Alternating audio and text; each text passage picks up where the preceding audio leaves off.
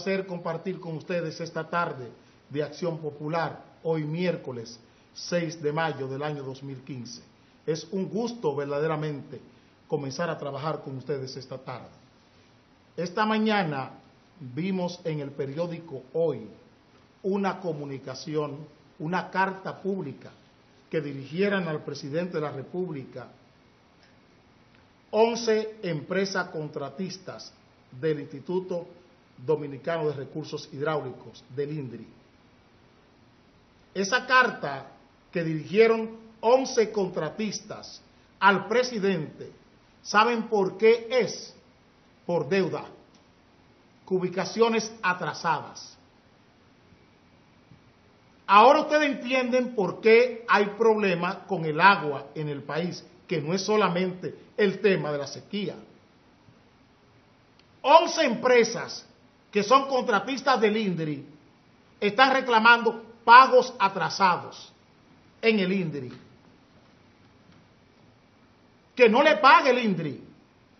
Y eso no es el INDRI, eso es obras públicas, eso es salud pública, eso es educación, eso es la Oficina de Ingenieros Supervisores de Obra del Estado, eso es las Fuerzas Armadas. Todas las instituciones del Estado están endeudadas. Y esta deuda no es la deuda interna, esta es deuda flotante. Esto es deuda flotante, eso no está en Hacienda. Esa deuda no está en Hacienda. Esa deuda la tienen las instituciones al margen del presupuesto. Es bueno que se entienda. Estas deudas son deudas políticas. Son deudas políticas. Estamos cobrando impuestos, más y más impuestos, para que le paguemos las deudas. Miren esta foto del periódico El Nacional de ayer en la tarde.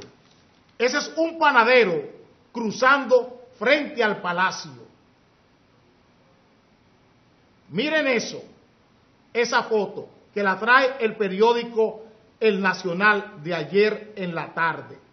Ese panadero está pasando y el contraste de ese canasto de pan, ese hombre al hombro, tiene 20 años haciendo lo mismo, pagando impuestos para el que está detrás en el palacio, coja sus impuestos para pagar deuda y para pagar 11,000 millones de pesos al año de publicidad, diciendo que él es el mejor. 11 empresas que le dan servicio al INDRI tienen deudas astronómicas y temen ir a la quiebra por la deuda que tiene el INDRI de cientos de millones de pesos con esas 11 empresas. Miren cómo está viviendo el Estado dominicano de espalda a los problemas de agua. Ayer pude ver en una sola casa de noticias, en cadena de noticias, 4 movilizaciones, 4 protestas en diferentes regiones del país, pidiendo lo mismo, agua. Vimos una protesta en Peralvillo, Yamasá, en la Guasuma de Peralvillo, un municipio de Yamasá, pidiendo el arreglo de la carretera. Y en ese mismo municipio, en esa misma provincia, el presidente fue a ofrecer un ingenio antes de ayer. El domingo el presidente estaba ofreciendo un ingenio en Monteplata. Y le preguntábamos ayer que por qué carretera iban a caminar quienes iban a acceder a ese ingenio. Porque no hay una carretera en buen estado en toda la provincia de Monteplata. Y estamos cobrando impuestos para pagar deudas que un gobierno irresponsable está contrayendo. Estamos pagando impuestos a un gobierno hostil, a un Estado hostil, que nosotros tenemos que darle muchísimo. Ese panadero le da muchísimo al Estado y el Estado nunca le da nada. Esa es la realidad del país. Ciudadanos que se lo damos todo al Estado y el Estado nunca nos da nada. Siempre tiene la puerta cerrada. Miren lo que está pasando con lo que advertimos la semana pasada en este programa, con la gripe, con el virus ese que anda. Miren, hoy es ya epidemia, es un problema a nivel nacional. Mírenlo aquí. Aumentan casos de niños con problemas respiratorios. Eso es nuevo. Eso lo dijimos la semana pasada. Eso lo dijimos la semana pasada. Es sorpresa ahora para los medios de comunicación que lo presentan como ahora. Dijimos la semana pasada que eso iba a pasar.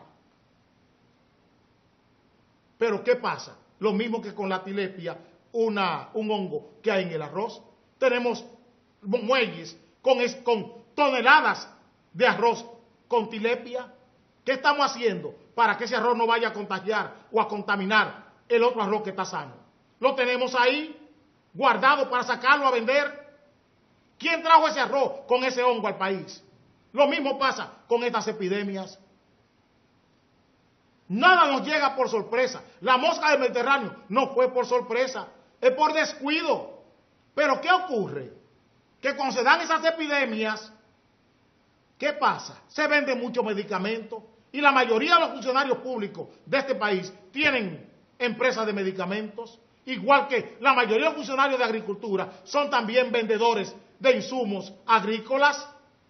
No les conviene que haya plagas en el área agrícola permanentemente y no venden más. Ángel Esteves, el ministro de Agricultura, es un vendedor de insumos agrícolas. A él le conviene que el país entero esté plagado para ir a hacer negocio. Eso es lo que le conviene a Ángel Esteves. ¿Qué le conviene a la ministra de Salud Pública? Que el país esté plagado de virus. Porque sus socios, sus compañeros de partido van a vender medicamentos. Los socios del gobierno, los importadores de medicamentos, se hacen ricos con el padecimiento, con el sufrimiento, con el dolor de la sociedad dominicana. Es eso lo que nos está pasando. Estamos pagándole impuestos a un Estado, a un gobierno que no nos da nada. Todo lo contrario, estamos indefensos frente a todo. Frente a todo. ¿Qué están haciendo con la tilapia? Con esos toneladas de arroz con hongo que están aquí en el país. ¿Lo han reembarcado? Lo han reembarcado. La próxima plaga es la tilapia en el arroz. Anótenlo. La próxima plaga es la tilapia en el arroz. Pero Ángel Esteves venderá muchos insumos cuando la tilapia comience a atacar al arroz criollo, al arroz que se produce en República Dominicana. Ahí aparecerá la empresa de Ángel Esteves con la millonada vendiendo insumos agrícolas para controlar la plaga de la tilapia del arroz. Lo mismo con este virus que tenemos hoy. A vender vacunas, a comprarle vacunas para la gripe. ¿A quiénes? A los socios de Tati Guzmán Marcelino. Permítanme cambiar de tema.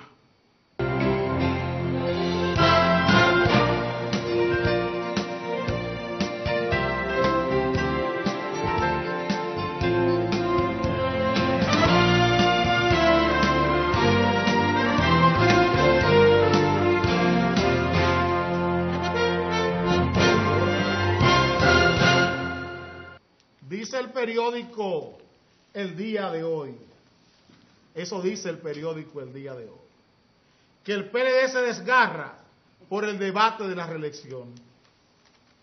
Da risa eso. El PLD se desgarra por el debate de la reelección.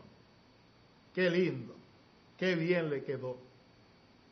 Señores, eso no es verdad. Eso es relaciones públicas, eso no es noticia, eso no es periodismo. Esa no es la realidad, eso es realismo. Eso es realismo periodístico. Es la contrapartida que está pagando el PLD por ser el partido que tiene el control posicional, o sea, el control del poder posicional del Estado Dominicano. Si no fuera el PLD, y fuera el PRD o el Partido Reformista el que tuviera el control de las instituciones del Estado, lo que dicen ellos que es desgarre, fuera en el Partido Reformista o en el PRD. El desgarre es en el poder político y social del país. ¿O no son las asociaciones empresariales las que están en pugna? No hay unas organizaciones empresariales a favor de la reelección y hay otras organizaciones empresariales en contra de la reelección. Esa no es la realidad. ¿Por qué Fingus está en contra de la reelección? Porque los bancos no quieren más a Danilo Medina en el poder. Ninguna institución financiera, ni ninguna empresa de seguro, ni bancaria, ni ninguna institución que tenga que ver con las finanzas quiere saber de Danilo Medina en el poder. ¿A quiénes le conviene Danilo Medina en el poder? A las empresas que están ligadas a Danilo Medina del poder. Esas son reeleccionistas. Las que no están convencidas de que Danilo representa sus intereses, quieren que se largue. Y esa lucha se da en el PLD, accidentalmente. No es el PLD que se desgarra, es el poder que está desgarrado, es el poder que está dividido. Es el poder político y social dominicano que está dividido, no el PLD. No el PLD.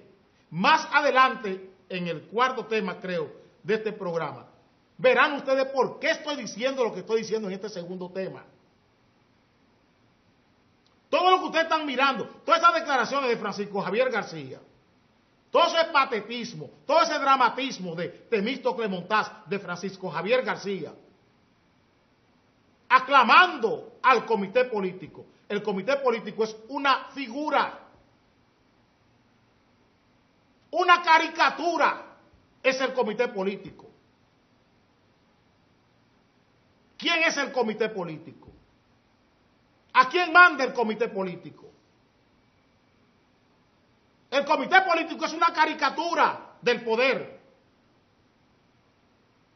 ¿Qué ha hecho el comité político? La decisión que tomó el comité político, ¿dónde se está aplicando? ¿Dónde se está aplicando? Que lo digan.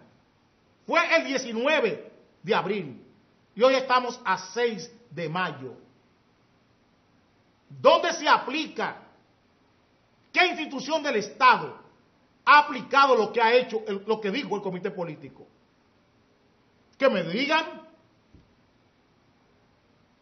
¿Qué ha hecho el Senado con lo que hizo el comité político? 13 senadores presentaron un proyecto que se conocerá hoy. 13 senadores de 32. 13 de 32. ¿Dónde está el comité político? El comité político es una caricatura. ¿Qué poder controla el comité político? ¿Qué poder controla el comité político? Con toda la mayoría que tiene el PLD. Que me digan qué poder del Estado controla el comité político. ¿Qué poder del Estado tiene control el comité político sobre él? La Cámara de Diputados, sobre el Senado, sobre la justicia, sobre el Tribunal Constitucional, sobre el Tribunal Superior Electoral, sobre la Suprema Corte de Justicia. Que me digan sobre las Fuerzas Armadas, sobre la Policía Nacional, sobre la Junta, sobre la Cámara de Cuentas. ¿Qué controla el comité político? El comité político es una caricatura. ¿Quién es el comité político? ¿Tiene influencia el comité político sobre el CONEP? ¿Sobre Fingus? ¿Tiene influencia? ¿Tiene poder el comité político sobre las instituciones civiles del país? El comité político es una ficción. Cuando tenemos que hablar del poder, cuando tenemos que hablar del poder, el comité político es una ficción.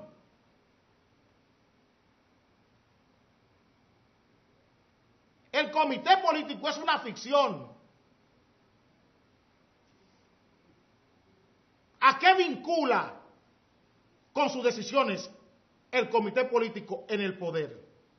¿Qué vinculación tiene con el poder el comité político? ¿Qué vinculación tiene con el poder?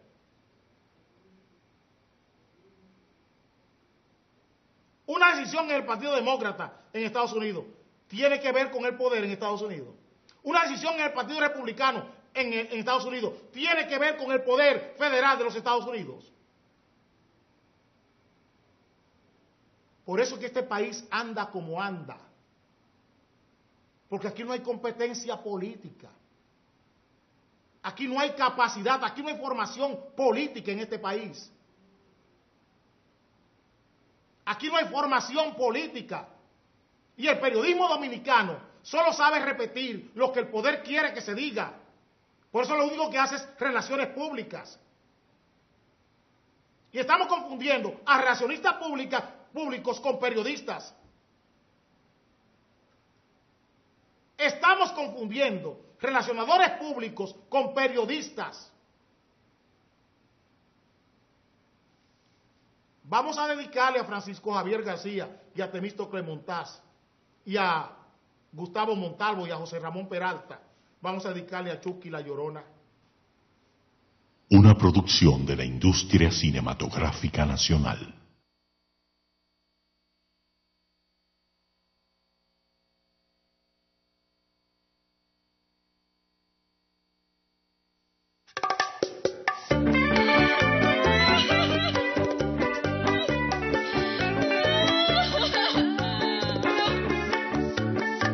Yo quisiera analizar a través de esta canción el por qué mi confusión de un personaje llorón que le gusta chimosear y del otro mal hablar y a la vez se identifica por su forma de llorar. Todo el hombre que maldito le fascina fantamear, lleva una pena por dentro y la refleja al gritar. Chucky, la llorona, Chucky, bla bla bla, Chucky, la llorona, yo creo que por un macho que llora y nada más. Chucky, la llorona, Chucky, bla bla bla, Chucky, la llorona, yo creo que por un macho que llora y nada más. Todo aquel que se la pasa criticando a lo demás, mi abuelo siempre decía que algo esconde por atrás.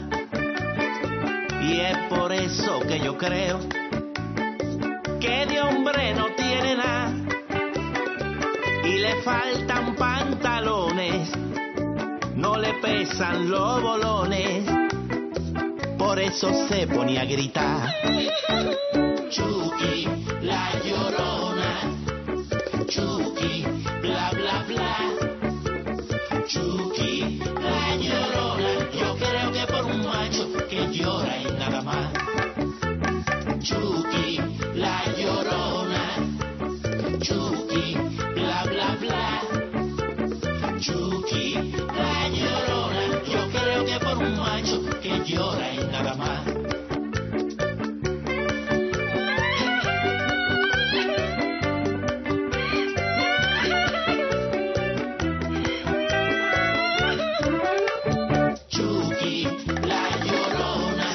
Claro el refajo cuando comienza a gritar, ¡ay Dios! Chucky, la llorona. En la boda la mujer es que le coge con llorar. Y entonces, bebé, Chucky, la llorona. Si tú no tienes oficio, entonces vete a fregar, chula. Chucky, la Llorona. Pregúntale a Ricky Martin cómo salir de donde estás. Chucky, la Llorona. Chucky, bla bla bla. Chucky, la Llorona. Yo creo que por un macho que llora y nada más. Chucky, la Llorona. Chucky, bla bla bla. Chucky, la Llorona. Yo creo que por un macho que llora y nada más.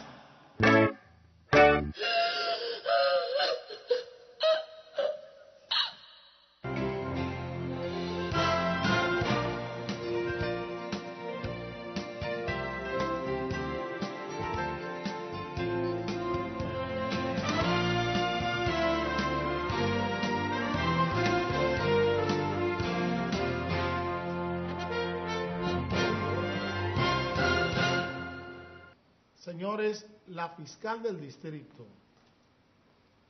nos dio esta mañana la noticia de que el caso del Banco Peravia estaba en fase final, la parte penal y criminal del Banco Peravia. Estamos de acuerdo con la fiscal en lo que tiene que ver con la investigación penal y criminal. Estamos de acuerdo. Hoy también la Superintendencia de Bancos está mandando a todos los ahorrantes del Banco Peravia que tienen más de 500,000 pesos a que vayan a cobrarlos al Banco de Reservas. Nosotros dijimos aquí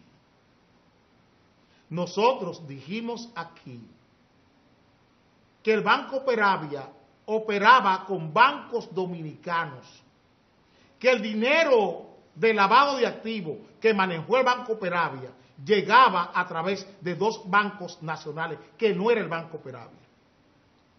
Y ahí está. El dinero que está pagando el Banco de Reserva no es del Banco de Reserva, es del Banco Peravia, que está en el Banco de Reservas.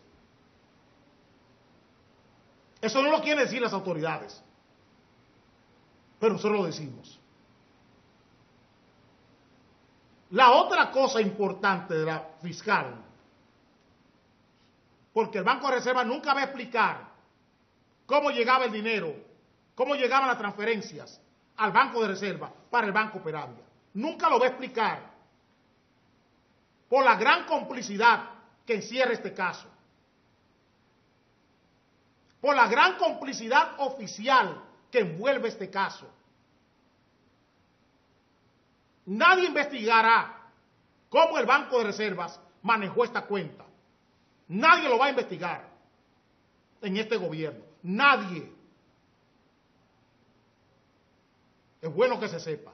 De la misma manera que esa desconfianza que mostró ayer también la fiscal del distrito en el jefe de la policía. Abajo, Albert.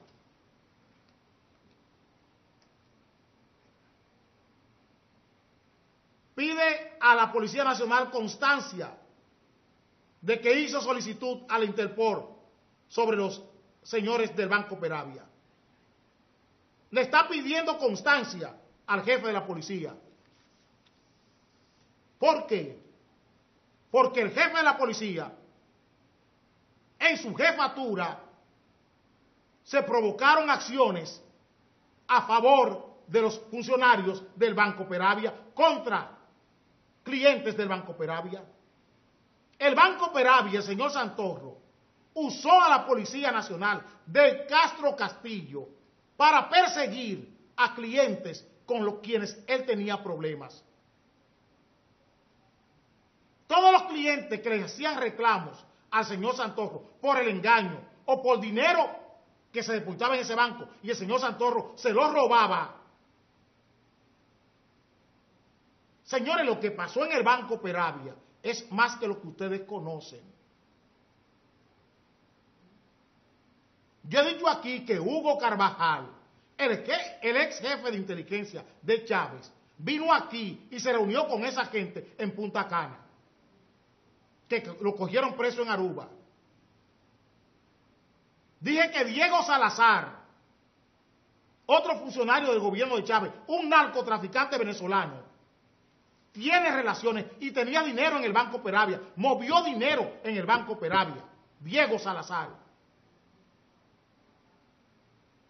Y todo ese dinero se movió a través de otros bancos en el país que no era el Banco Peravia. Pero eso no se conocerá. La policía dominicana trató de secuestrar a un socio del Banco Peravia por encargo del señor Santorro. No ha aparecido Ángel Locual jamás, que era el abogado del Banco Peravia. No ha aparecido Ángel Locual en los medios de comunicación hablando de los señores Santorro. No ha aparecido Ángel Locual. Todo el dinero de droga que movió el Banco Peravia, de la droga venezolana, estamos hablando de miles de millones de dólares. De eso estamos hablando. De miles de millones de dólares. De droga venezolana. Los carteles venezolanos, todo su dinero lo movieron a través del Banco Peravia. Los carteles venezolanos. Todos esos carteles colombianos, mexicanos, que mueven su droga a través de Venezuela, movieron dinero en el Banco Peravia. Y la policía no está ajena a eso. ¿Por qué hay 25 oficiales militares y policías en el expediente del Banco Peravia? Pregúntenle a Castro Castillo por qué. ¿Por qué no le preguntan a Castro Castillo por qué hay 25 oficiales militares y policías envueltos en el escándalo del Banco Peravia? ¿Por qué no? Pregúntenle a Castro Castillo por qué, si son periodistas. Pregúntenle a Castro Castillo por qué en su jefatura. Pregúntenle a Castro Castillo a ver si le dice, si tiene el valor de decirle. ¿Por qué esos 25 policías y militares, oficiales, tenientes coroneles están envueltos en el caso Peravia? ¿Y qué generales mandaron esos coroneles al servicio del señor Santorro, sabiendo que era un narcotraficante? Pregúntenle al director de control de drogas, ¿por qué él no actuó en el caso Peravia? Que si él no sabía que en el Banco Peravia se movía dinero del narcotráfico venezolano. Pregúntenle a Sufrón Velázquez si él sabía o no sabía. ¿Y por qué miró para otro lado? ¿Quién le mandó a mirar para otro sitio? Pregúntenle al DNI si ellos sabían de lo que se estaba moviendo en el Banco Peravia o no lo sabían.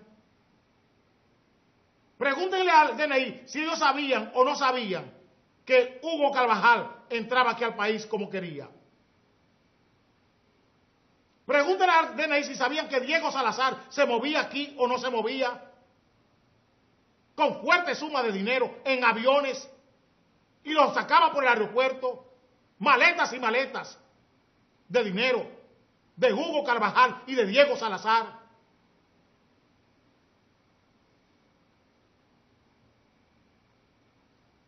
¿Dónde está esa investigación? ¿Está en la Fiscalía? ¿Está en la Procuraduría?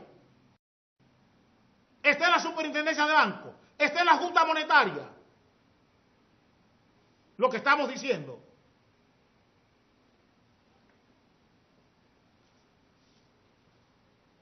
Está el sumario, eso que dice la fiscal del distrito. Caso Peravia está en fase final. El sumario que quiere el poder de este caso. Lo que no quiere el poder que salga a flote, hace tiempo que lo guardaron. Pero no se crean que están solos. Se lo decimos a ustedes. Este es un caso que pica y se extiende. Por más que le quieran tapar, eso saldrá al aire. Se lo repito. Porque el FBI está detrás de ese caso. Se lo digo al jefe de la policía, se lo digo a Sufrón Velázquez, se lo digo a Silfrido Pared Pérez. Pueden tapar todo lo que quieran. El FBI está detrás de eso. Y los movimientos, las andanzas de Hugo Carvajal y de Diego Salazar están en las manos del FBI. Y más tarde que temprano, más temprano que tarde, vamos a saber lo que aquí pasó. Olvídense que más tarde que temprano sabremos quiénes de ustedes participó en el festín, en la orgía del narcotráfico. Más temprano que tarde lo sabremos. Así como se escondió por años lo de el senador Bob Menéndez y el doctor Salomón Mergen en el país y hoy está a flote, así saldrá a flote todo lo que tiene que ver con Santorro, el Banco Peravia y las fuerzas policiales y de seguridad del Estado. Saldrá a flote. Venezuela está ahí todavía. Y Venezuela tiene muchas cosas que contarnos. No por Maduro, sino por lo podrido que está pasando en Venezuela. Por todo lo podrido que hay en Venezuela. Toda esa carne podrida que ustedes se han comido, ustedes van a tener que un día eructarla. Yo espero el eructo. Permítanme cambiar de tema.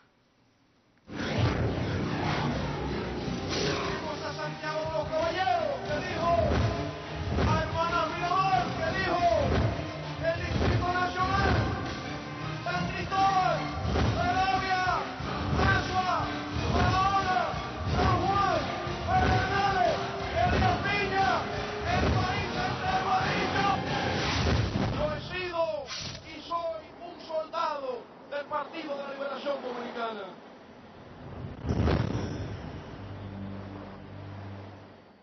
Te lo dije, con Levapen estás como un toro. Levapen te pone bien. Busca tu alegría en la farmacia. Levapen, siempre bien.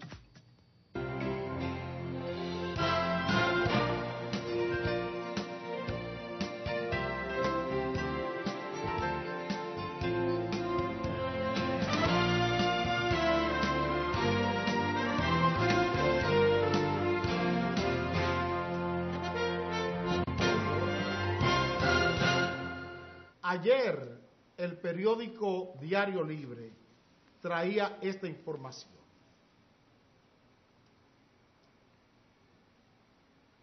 Frente Opositor genera debate de quién lo lidera. O sea, quién estará como protagonista del Frente Opositor. Esa es una pugna ya planteada entre Miguel Vargas y el señor Abinader. Decíamos ayer, mucha gente se sintió mal con nosotros, por lo que decíamos ayer, por el análisis que hacíamos de lo que dijo Juan Bolívar en el periódico Hoy. Dijo Juan Bolívar que el éxito del PRM y la crisis del PLD cambian el panorama político. Yo le pregunto a Juan Bolívar, ¿qué tiene él que decir de este titular? ¿Dónde el éxito del PRM? Porque no puede liderar por sí solo al frente opositor. Miguel Vargas dice que él tiene el número 1 en la boleta. Eso dice Miguel Vargas. Miren la otra forma de manipular la realidad.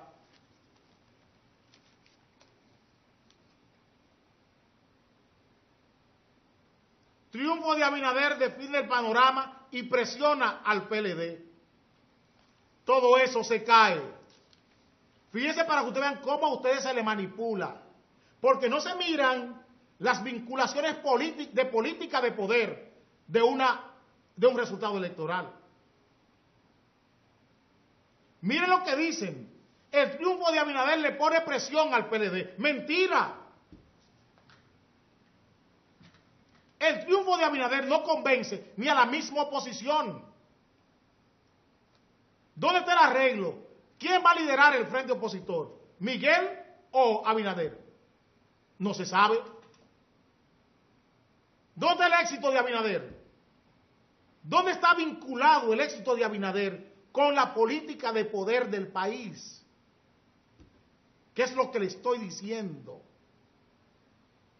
No mire lo que resulta de una convención o una decisión interna de un partido político. Ninguna decisión de un partido político tiene vinculación con el poder, con la política del poder del país. Entiéndanlo. Repito, ninguna decisión de un partido político, de un órgano de un partido político, tiene hoy vinculación con la política de poder del país. Porque eso se acabó en el año 96. En el año 96, esas decisiones de partidos que eran vinculantes al poder, eso pasó de moda. Eso pasó de moda. Eso era con Peña Gómez, con Balaguer y con Juan Bosch, liderando el quehacer político. Aquí no hay eso hoy.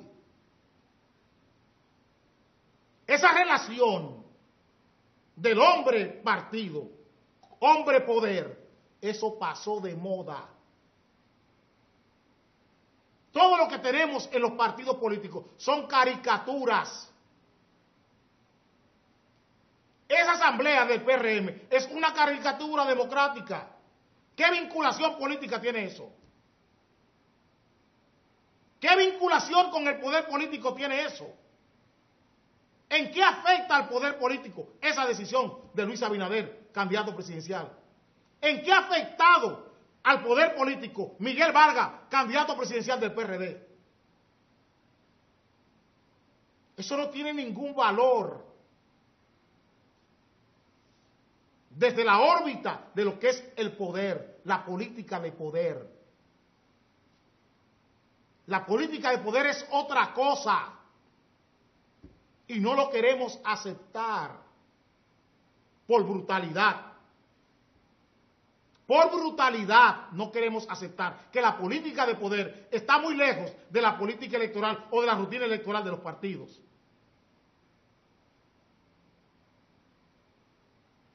¿Qué importa que Luis Abinader sea el candidato? En la ley de partidos, ¿qué está pasando? En la ley de partidos, que fue un pacto del PRD, del Partido Reformista y del PLD. ¿Qué está pasando con la ley de partidos? ¿Qué dicen los sectores financieros? ¿Qué dice el sector empresarial del país de esa ley? A ellos les ha importado que el Congreso aprobara eso. ¿Qué está diciendo el CONEP de la ley de partidos? ¿Qué está diciendo Finjus? ¿Qué están diciendo todas las asociaciones empresariales del país de la ley de partidos? Para que usted entienda lo que son los partidos políticos aquí. Hoy no hubo una unanimidad en el Congreso para aprobar el proyecto de Loma Miranda. Eso no fue lo que hubo aquí. ¿Ustedes no lo vieron? ¿Y qué pasó con el veto presidencial? Que los mismos diputados y senadores se desdijeron. ¿Por qué? Porque el poder no quiso esa ley. Entonces, ¿qué carajo están ustedes hablando de partidos aquí? Si son carabelistas. Los partidos son caricaturas. Una decisión de un partido no vincula a nada, en nada, con la política de poder del país. El poder político y social de este país está concentrado en 3 figuras a nivel de partidos políticos. 3 figuras hoy. Después todo lo otro es cacata. Lo dije ayer y mucha gente se molestó y se lo vuelvo a repetir hoy. Son Leonel Fernández, Hipólito Mejía, Danilo Medina, en el orden que usted quiera ponerlo. Son esas 3 personas, Hipólito Mejía, Danilo Medina, Leonel Fernández, quienes son figuras y símbolos de poder político en este país. aunque a usted no le guste ninguno. Ese es su problema. Yo no estoy hablando de gusto, ni estoy hablando de asuntos morales. Esa es la realidad política de poder en el país. Pregúntele a Luis Abinader si él es alguien. Pregúntale al señor Miguel Vargas. Pregúntale a Quique Antún, a esos tres candidatos presidenciales, que si ellos saben quién es el encargado de la política latinoamericana, del Capitolio norteamericano, o sea, del Congreso norteamericano. Pregúntele que si en la embajada americana a ellos lo llaman para consultarle algo. Pregúntenle a Quique Antún, pregúntale a Luis Abinader y pregúntenle a Miguel Vargas que si en la embajada americana, cuando el Congreso norteamericano quiere alguna información o alguna asesoría con respecto a un tema importante de la República Dominicana, que si consultan a esa gente o consultan a Hipólito Mejía, consultan a Danilo Medina o consultan a Leonel Fernández. Usted lo quiera o no lo quiera.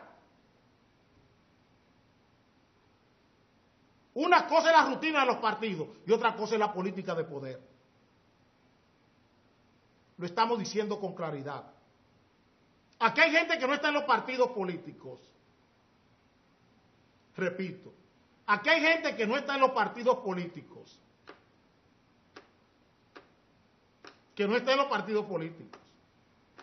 Hay abogados, hay firmas de abogados en el país que tienen más poder, más política, son más parte de la política del poder del país que esos tres candidatos que he mencionado.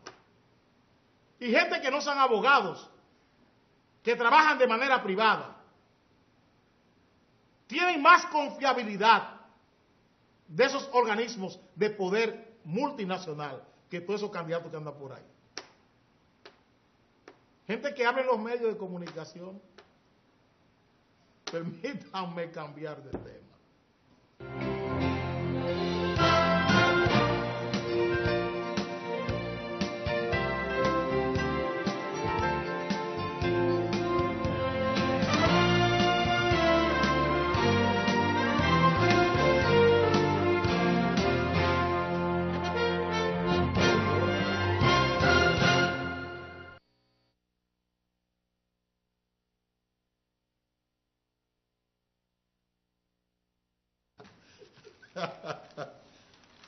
A ver, me pregunta, yo le digo, bueno,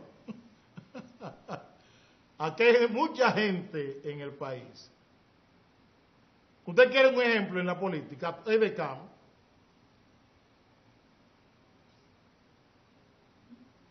Edecam es el presidente del Partido Revolucionario Socialdemócrata. Del punto de vista de la política de poder del país, Atuede está primero que todos esos tres candidatos que yo mencioné.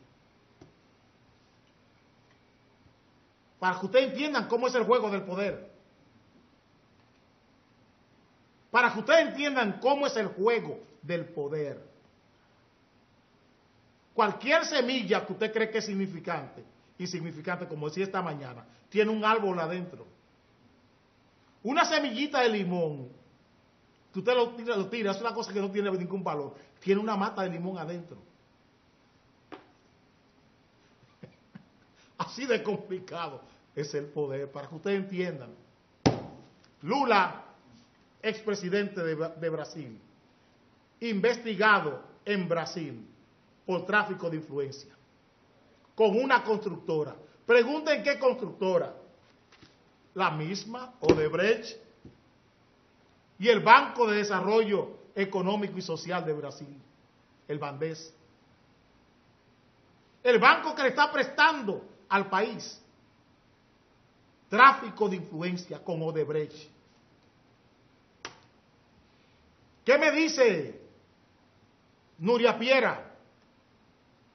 Porque vimos ayer, antes de ayer, a Alicia Ortega trabajando lo que está pasando con las plantas a carbón y Punta Catalina.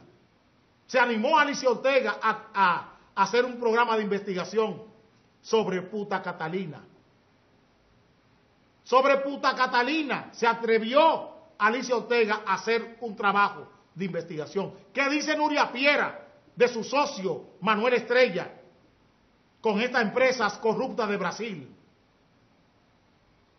El santo varón de Santiago, Manuel Estrella, ¿qué dice de su relación con Odebrecht? ¿Qué dice Manuel Estrella? ¿Qué dice Rubén Bichara de todos estos negocios con Bandés, con el Banco de Desarrollo Económico y Social de Brasil, el Banco Nacional de Desarrollo Económico y Social de Brasil? ¿Qué tiene que decir Rubén Bichara? ¿Qué tiene que decir Danilo Medina? ¿Saben lo peor que hemos descubierto en todo esto? ¿Saben por qué Goldman Sachs está apoyando la reelección? Goldman Sachs, la empresa de bolsa, el banco que negocia los bonos dominicanos. ¿Saben qué hay detrás de todo esto? Que Goldman Sachs ha comprado 2 minas quebradas de carbón en Colombia.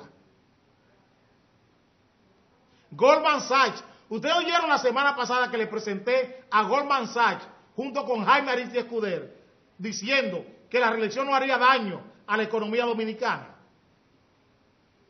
Bueno, pues descubrimos que Goldman Sachs, que está junto con Bandés, con el banco que está prestando de Brasil para las plantas a carbón, el banco corrupto brasileño, el banco corrupto de Brasil, junto con la empresa Odebrecht y Manuel Estrella, que son los que están haciendo las plantas.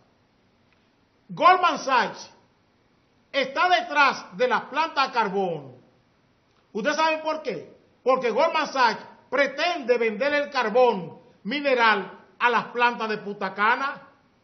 Pero Goldman Sachs está demandada en Colombia por contaminación ambiental. La empresa Goldman Sachs en Colombia está demandada por contaminación ambiental, por la mina de carbón que compró en Colombia. Por eso Goldman Sachs está negociando todos los bonos que necesita la corporación y todos los bonos que necesita el gobierno dominicano. Porque pretenden traer el carbón colombiano para las plantas a carbón aquí en el país. La empresa Goldman Sachs, la misma que hizo la negociación de la refinería dominicana de petróleo, la misma que colocó los 2.500 millones de dólares en bono para comprar la deuda de Petrocaribe. Goldman Sachs, entiendan lo que estamos viviendo. Entiendan lo que es este gobierno. Aquí se está robando en grande. El negocio de Punta Catalina con Brasil no son 2.000 y tantos millones de dólares. El robo ahí irá más lejos que los 750 millones de dólares que hablamos del principio. Los negocios conexos, los negocios oscuros que se desprenden de ese robo de Punta Catalina, es posible que sobrepasen los 1.500 millones de dólares. El robo. Oigan lo que estamos diciendo.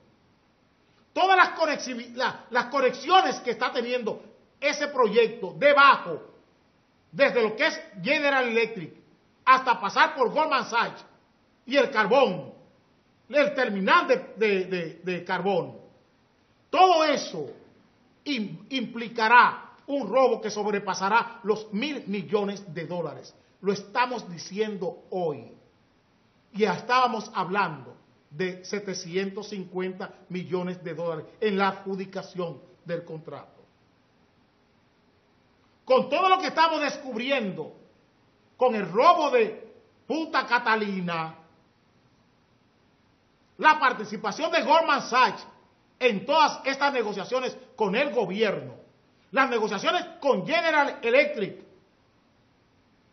otra empresa corrupta americana, General Electric. Cuando estamos conectando, haciendo las coordinaciones, nos damos cuenta la tremenda estafa que esconde este proyecto de las plantas a carbón. La tremenda estafa.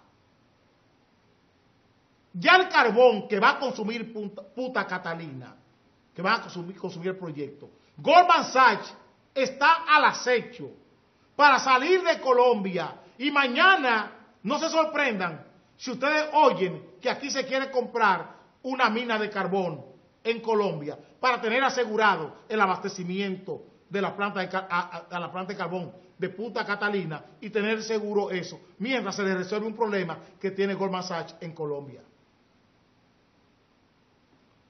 Les estoy diciendo, lo que esperamos con esto no es ya los 750 millones de dólares que en principio hablábamos con la adjudicación del contrato.